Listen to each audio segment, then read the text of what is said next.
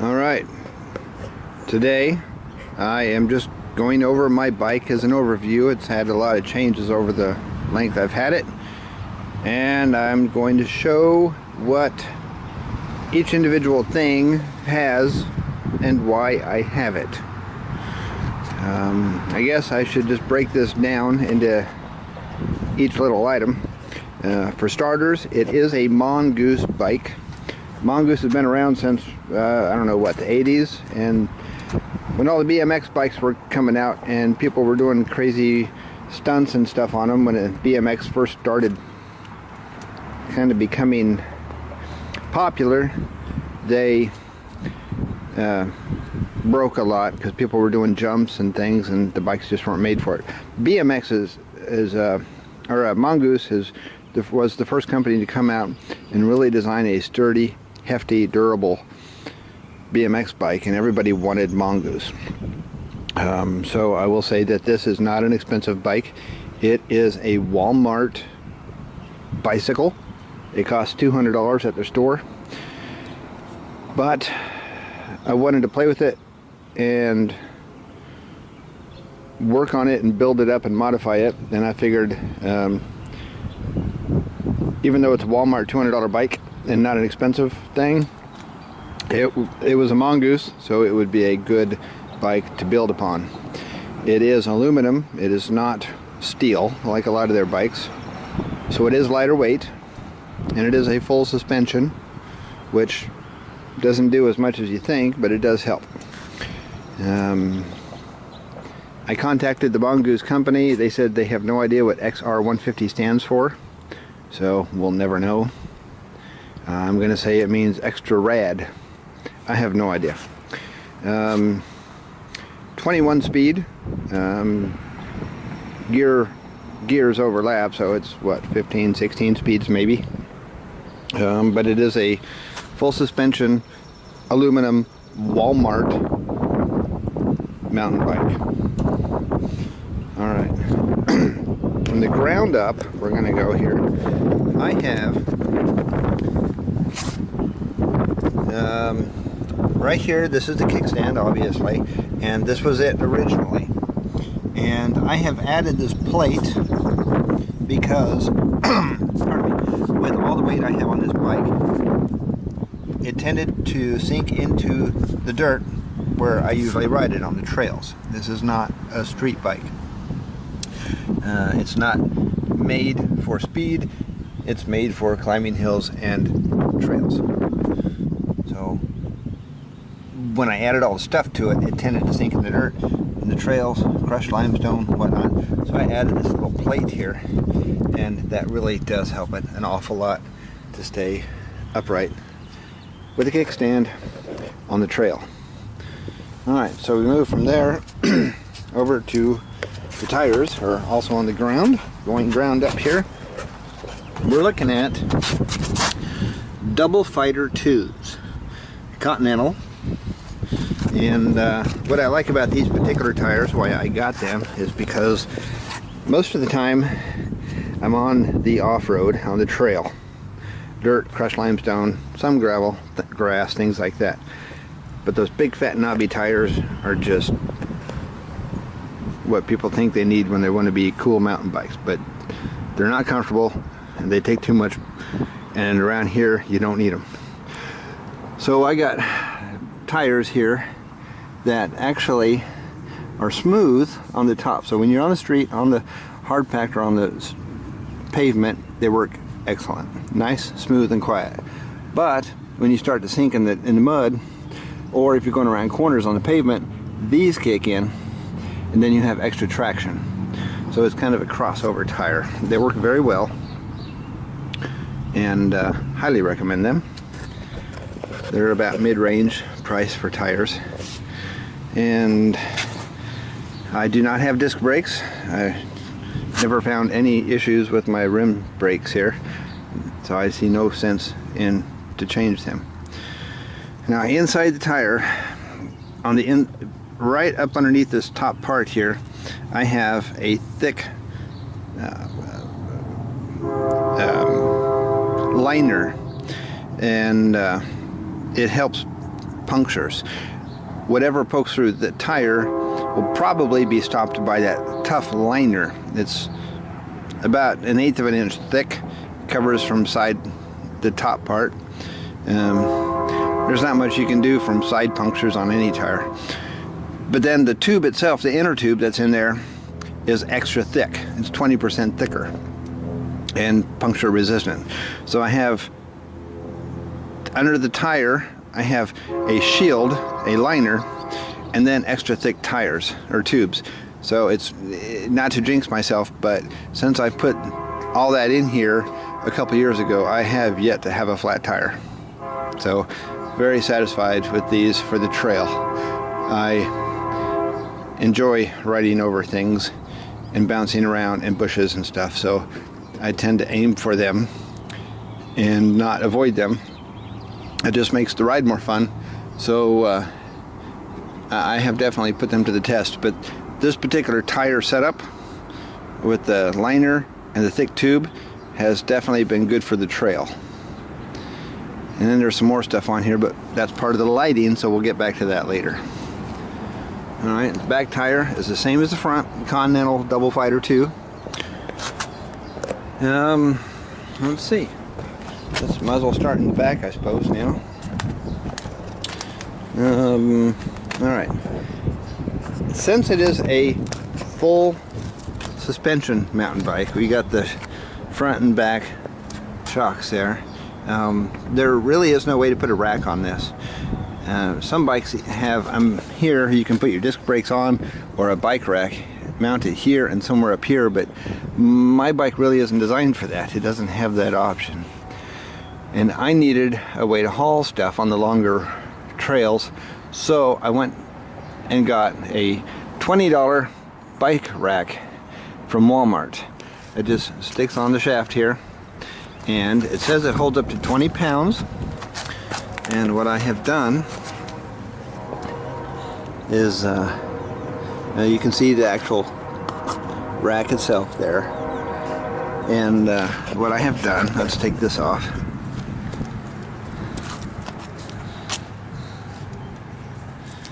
Since they don't make racks for this stuff, what I did is I took some aluminum and 2 bars here, just normal aluminum from Menards, and cut them and shaped them and drilled them out. There's 2 holes here that you can tell. The screws come down to here and there, and if you take these wing nuts off, this whole assembly, the baskets and everything, just lift right off. Then you just got a small little rack. Mainly that's for if I'm wanted to go around town, but I have a tendency to leave it on there because I put stuff in it and take stuff with me anyway. But mostly anymore, it's just for making it easier when I do maintenance. Alright, and then I have my water container here, and because of these bars, you cannot lift anything up or out of here. So I mean, all this is necessary for the trail ride, because you got to take all the stuff with you. You can't be 30 miles out somewhere and go, oh, I think I need this, or oh, I need some more water, and there's no town there. So since you cannot lift anything up out of this one, I cut this one off and just put a bungee here, and this cooler drops right out of there. And inside here you can keep 6 or 8 water bottles, and I usually keep 2 or 3 frozen the night before. They act as ice packs, so you don't need separate ice packs that take up valuable space, and then by the time you get to them, they're melted anyway. And then of course all my flavoring packets and my salt pills and salt and stuff like that. And this can just go right back in here, which, hang on a second.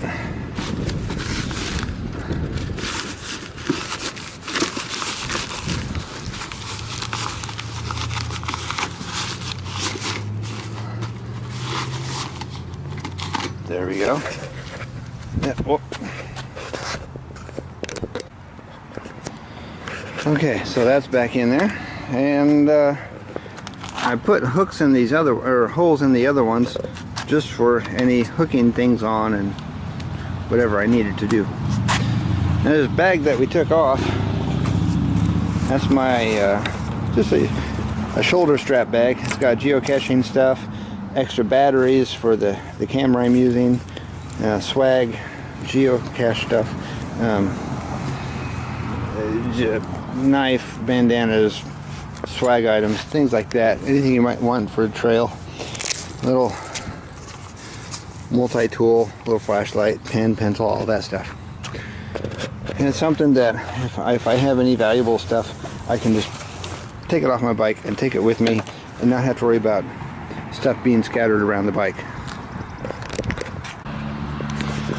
Alright, and on this side I have a walking stick. It's one of those extending ones, and it's held on with bungees here and a bungee up here. Nice, long, out of the way, and works very well. And over here we have a tarp. It's actually 10 by 10, very lightweight, very thin. It's not one of those super heavy-duty ones, but you can pull it out, drape it over your bike, keep your bike completely covered during the down shower, or put it out on the grass if you want to have picnic or something. And in here we have a kind of a ditty bag, just to hold random stuff. Or if your clothes get wet, you can put them in there, put them up on top, and carry them, and not have to worry about getting everything else wet. If things get really bad out and it storms and you don't expect it, this is actually a dry bag. It's big enough to take out,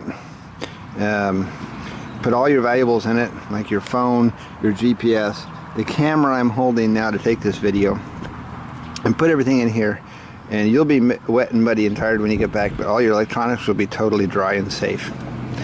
And this I have, it's just bug spray. And I had one that was a sun lotion combo, but most of the trails I go on are tree covered in the summer, and that doesn't seem to be any kind of an issue. And in here, extra bungees, important stuff like snacks, beef jerky, sandwiches, whatever kind of food you're going to have for the day. So you got your food, your water back here. Take these off. Right around town, you don't need all that stuff anyway. We got a light here and here, tail lights. We'll get to those later. This is actually stuffed full of good stuff. It has multi-tool. It has a spare inner tube. It has tire patch kit. It has hex keys and Allen wrenches and whatever I'm going to need to do bike repairs. And it even has a mini air pump in there to inflate the new tube or the tire after it gets a flat. A lot of good stuff in there. And again, don't want to be out on a trail and not have stuff to ride back. You do not want to push your bike 20 miles. The seat, this is what I call my 30-mile seat. I paid a few dollars for it. It's not a very expensive one, but it's more than what you get at the Walmart. I call it a 30-mile seat because generally I can ride for 30 miles before my butt starts hurting. Once I hit 30 miles, I notice pain. Not terrible, but it gets uncomfortable after about 30 miles is all. So that's my 30-mile seat. So we have, moving forward here, let's see. We have, bags. In this left bag, which is suspended so it doesn't hit anything, and it stays lower than my hands need to be. And then when I turn, they can kind of flex with the bike and don't hit the camera mount. But in this one, Right now there's just some reading glasses, rubber bands, toothpicks, just miscellaneous items, and a fun little pepper spray. This is great for dogs that come up at you, try to bite your ankles and tires when you're riding, or any other creature that you might need fending off. And then you can put whatever you want in there. Sometimes I just put a water bottle in there, whatever else. And just as you can tell, I don't really have much space for a water bottle anywhere else. So, kind of an unusual little thing set up here. And this one I have a bandana, sunglasses, and that's really about it. But you can put your water bottle up here, or I can put my water bottle up here. A little bag of beef jerky, a little granola, whatever I want to snack on, and get to it really easy. I guess we're going up to the camera now. Now this right here is where this camera usually sits. I only have this on here as an indicator of where the camera would be. This is the waterproof case for the camera. Now the camera I use is a Sony Action Cam, and been very happy with it. But I have this on here just to be kind of an indicator of the size and how it sits on there. This camera that I'm using to film with actually goes inside this, or this can come off and the camera itself can sit on there. And the way it hooks up to the bike, and they sell a lot of handlebar mounts and everything else, and as you can tell, where would I put it? And I did not like the fact that every time I turned the bike like this, the camera went like this. It was like when you're pedaling and turning the wheels, it's not very fun to watch the video later. So I thought, well, the bike always stays forward when you steer or move back and forth, so why not put it on the frame? So that's what I did. I actually drilled 2 holes through the frame, there and there. It's all covered with duct tape right now, so you can't see it.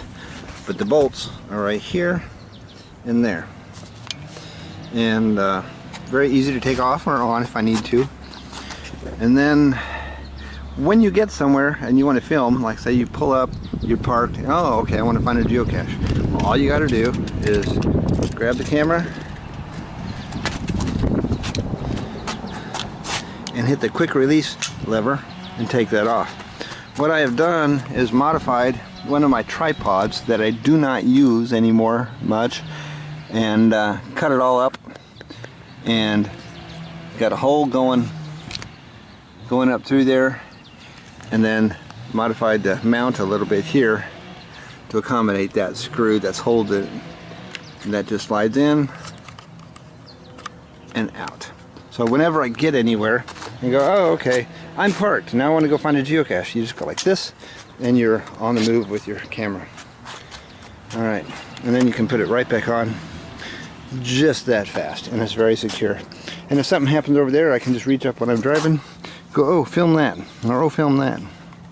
Otherwise it hangs on very tight. Alright, so that's that. As we look up underneath there, we see a horn, and that is my horn, and I don't like going, hey, pass on your left or anything.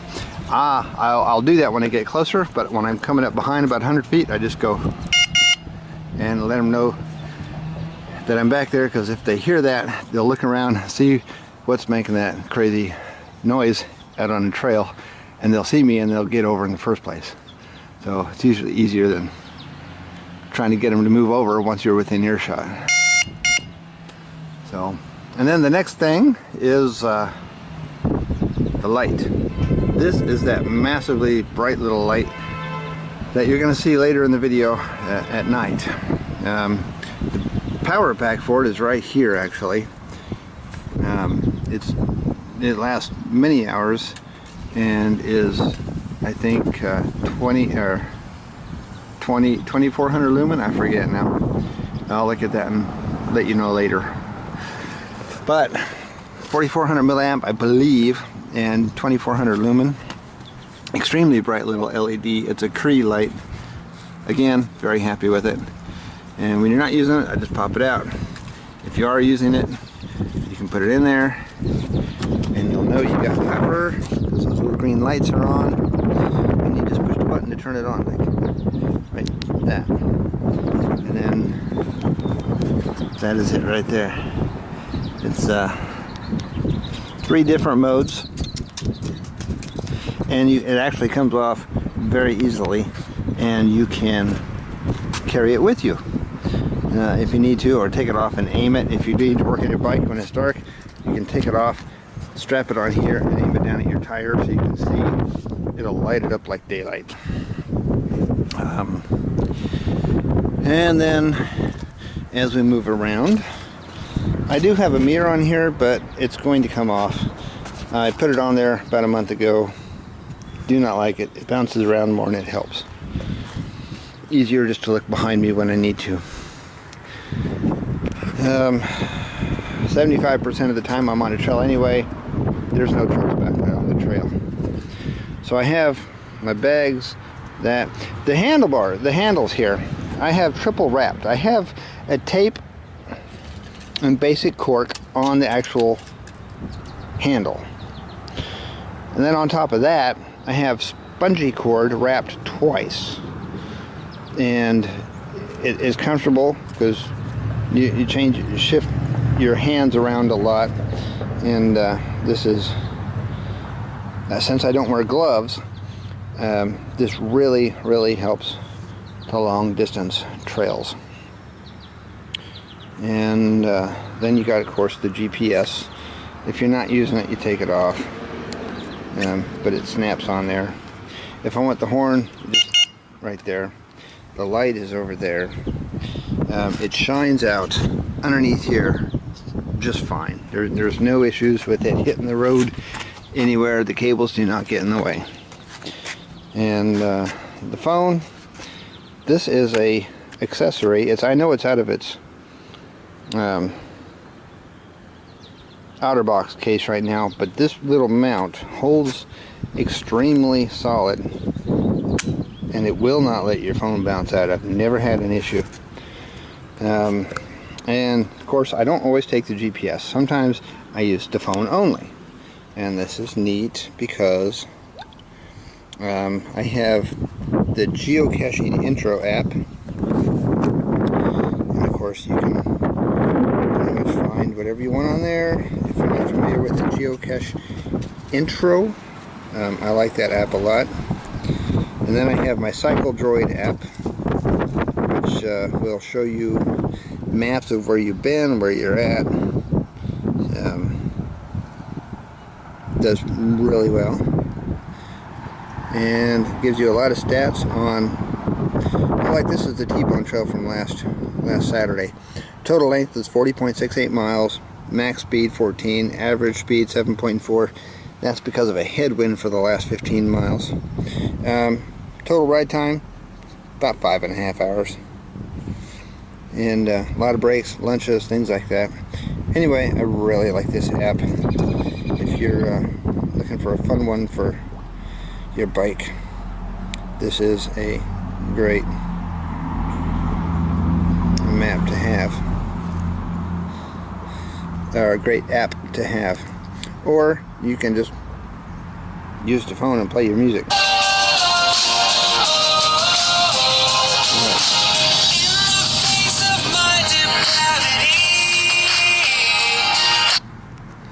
Or you can make phone calls and talk while you're riding. So, alright, anyway, the phone comes in very handy. This comes in handy. Next, I guess, would be the map holder. This is a special little creation of mine. I made a prototype, and then it had an accident on the trail last week. So I kept the basic design, I just modified the surface area. So what I have is aluminum that comes up, and then I bent and shaped. Let me take this off. I bent and shaped to come up here, and then that stops. And then the bottom one comes up and is shaped around. It has to go around that piece there that holds the handlebars on. That's why it's 2 pieces. And then they come together here and they're bolted. Zip ties are for the wire, for the headlight, not this mount. These bolts hold the whole thing on. They come up here where they meet, and then the bottom one extends up all by itself and then crosses over there. Little tiny locking washers, tiny little 632 bolts hold it on. This is Lexon, oh, I forget the name, poly some sort of plastic, and very durable, very strong, and works excellent. So I'm going to put this on the camera now, or on the tripod, so I can show you how to change out maps.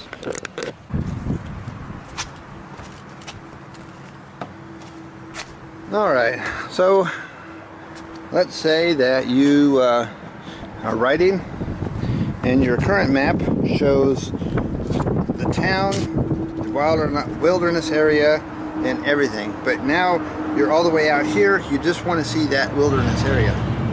Very easy.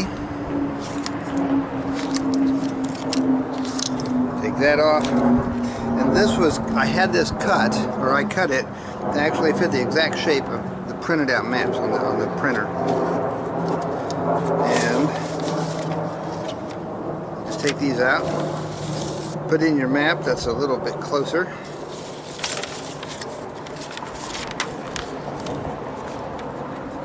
And slide this back in. Oh, while I have this off, if you're not using this, you can just leave it all off. And as you can tell, when you're riding around town, there is no obstruction to your view. And you can see the top of this too. Still pretty smooth. So you put this back on when you got whatever map out you want. Slide these back in.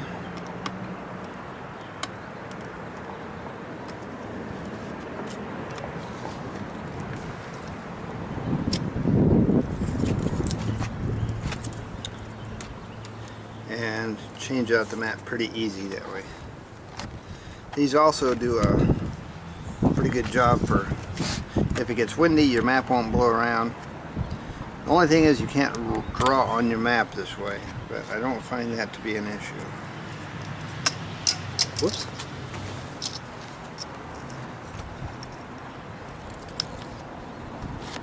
There, that easy. Alright. Of course, this thing did not cost a ton of money to make, so it might have a few issues design wise that you might want to change for yourself, but I find this to be very nice and functional and exactly what I want. So anyway, that's that, and as you can tell, it looks pretty clean and crisp, and I'm pretty happy with it. And you could always take extra maps and switch them out as you need to go. Now the whole, oh, the bike, the lights. Okay, we've already discussed that light, that bright little guy. It has, oops, let's shut him back off. Alright, besides for that light, now that is not just a light for people to see me, that's to light up the ground, and you'll see that, like I said, later in the video. I'm going to do a night scene as well. But that light shines forward. The two tail lights shine backwards. Well, that doesn't do a lot of good for cars that are coming at you sideways.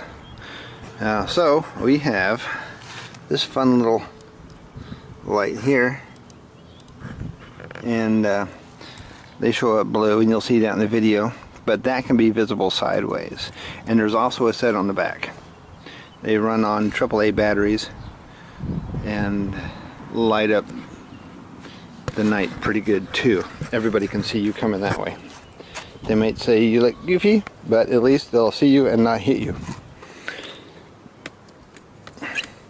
So this basically what I'm looking at when I'm riding. Then I got my stuff in here, my snacks and everything. Taking video off here, hitting the trail with good trail tires that are smooth but have traction if they sink deeper in the wet ground. They have liners in them. They have extra thick tubes. They got the shocks to help out.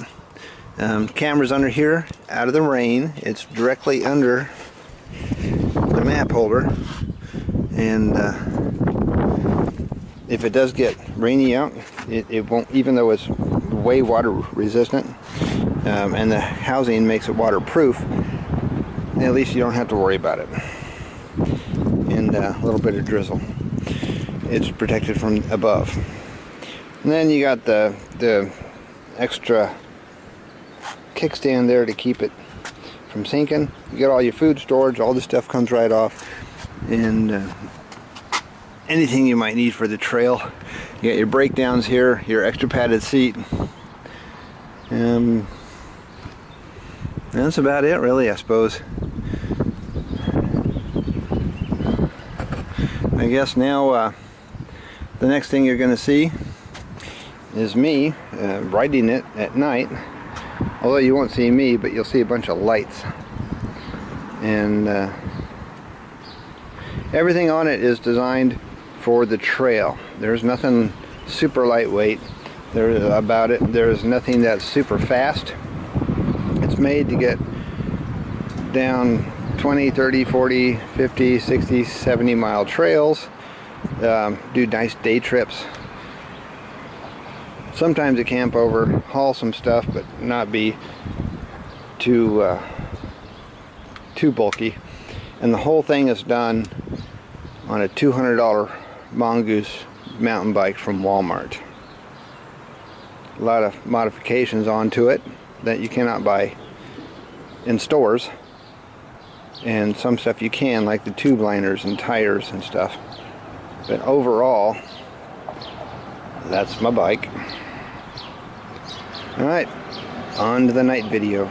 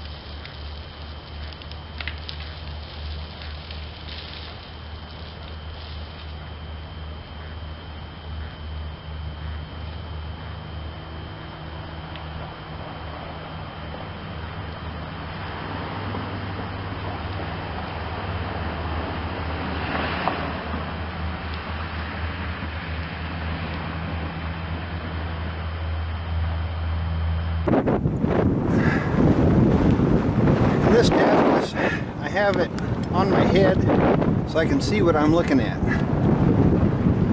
So I can see how much light from my own personal point of view, not the bike frame mount.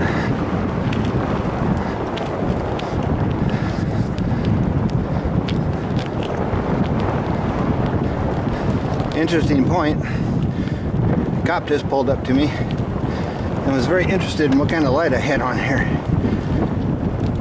I told him, and then asked him, I said, I'm not bothering traffic, am I? And he said, no. He just said it was so bright, he wanted to know what it was.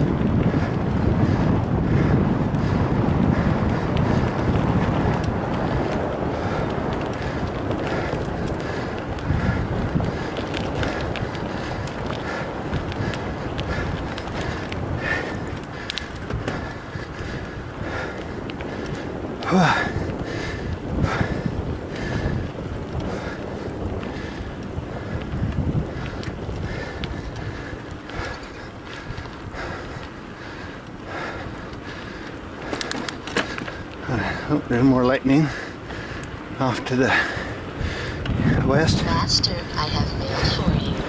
And I got a text. Alright, this is another half loop. Should be plenty to see where I'm getting my illumination at.